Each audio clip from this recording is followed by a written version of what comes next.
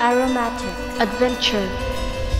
Lucky Shamrock coming back this year, 2018, as a returning favorite or a Yankee treasure.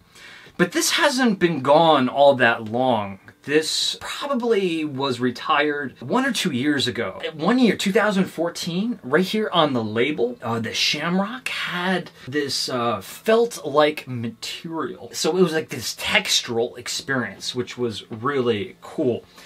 They didn't bring that back this year, but they did bring back the full-size label, which is amazing. You have a clover patch, essentially, and then in the center, illuminated, very lucky 4-leaf clover, as if there was this divine sunlight shining from the sky, illuminating just this one shamrock. Classic Yankee Candle genius when it comes to photography. But how does it smell? When this was released in the past, it was usually released as a limited edition candle. I am very familiar with this candle. I have burned this candle. I have owned this candle. But maybe this 2018 is different. Maybe it differs in some sort of way. Let's find out. Woo! Wow, man. It's green. It's green. And I don't mean the color. So if you really had to sum up this candle in 3 words, 3 adjectives: green, fresh, and powerful. That covers all of the bases. Green, not in just the color, but the smell. There's a green association. There's that wet grass. There's the grass stain on your jeans. There's that wheatgrass juice that we get at Jamba Juice, right? And fresh in that it smells like products that we would find in the bathroom, bath and body products like soaps or shaving creams. And powerful in that it is in your face, powerhouse pungent. But I will say this, upon sniffing just one candle, I do remember this being a little stronger in previous years, meaning this was more in the realm of Edelweiss, where you crack that thing open, you smell it, and your head almost gets thrown back several inches. It does seem to be a little bit more tame. But that may not be a bad thing at all. In fact, for me, it's a good thing. However, still powerful. And we have to say clover, right? Mention that sweet clover smell. Or coramin. Coramin is the chemical organic compound in like fresh cut grass that gives it that sweet green aroma.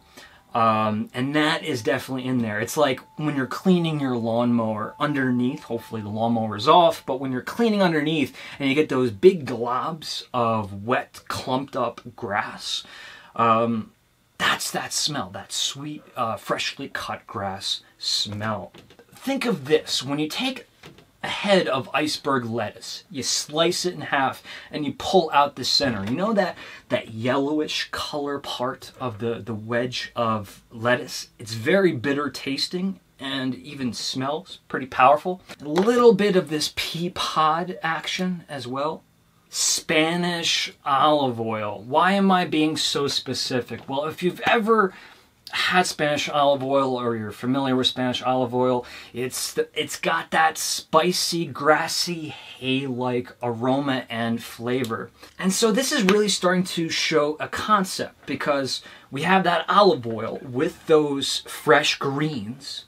So we're kind of making a salad, right? But what else are we missing? We're missing the vinegar or the citrus, right? There's a little bit of a lime zest coming through here, but not a bright citrus juice aroma.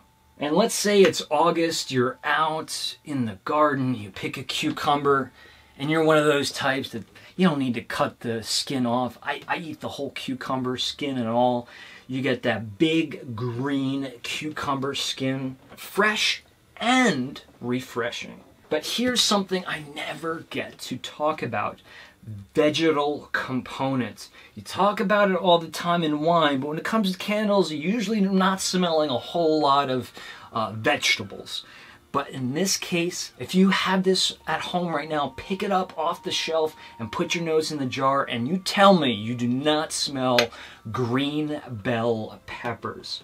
Oh yeah. Oh yeah, and if we want to be really specific about it, it's not necessarily the flesh of the green bell pepper as much as it is the membrane, the whiter stuff inside that we trim off before we cook the pepper, and the seeds as well. And just to take a small tangent, if you don't mind, if you are a New Zealand Sauvignon Blanc fan, classically known for having that green bell pepper aromatic in flavor, maybe you could pair this with a stone fruit, or better yet, citrus-based candle. Because New Zealand Sauvignon Blanc also synonymous with having that classic ruby red grapefruit, or sometimes that nectarine peach aromatic as well. So juicy grapefruit and Lucky Shamrock, burn them together, it's worth a shot. I'd do it. And something that we can't deny about this candle are the florals. And especially the longer I have this lid off the jar, they're starting to show themselves a little bit more. Not that this is a floral smell, but rose stems. Like when you walk into the florist and you smell those freshly clipped rose stems. Again, that's more of a green chlorophyll aroma. And lily of the valley. So not subtle florals. On the contrary, very powerful florals. So those florals do compete with the greenness. The greenness is going to win, but we have two very powerful, that third adjective, powerful components competing against each other. And vetiver. Vetiver is an important one.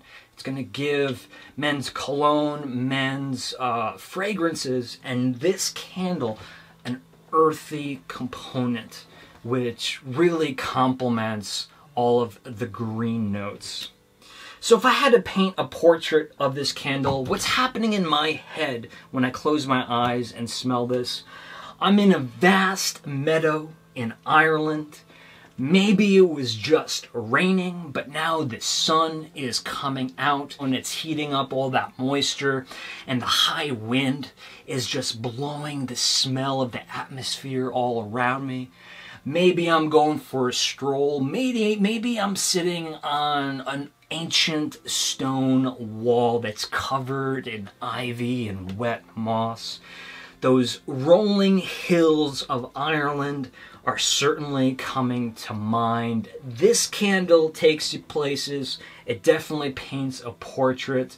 And what an amazing candle for St. Patrick's Day. Lucky Shamrock by Yankee Candle.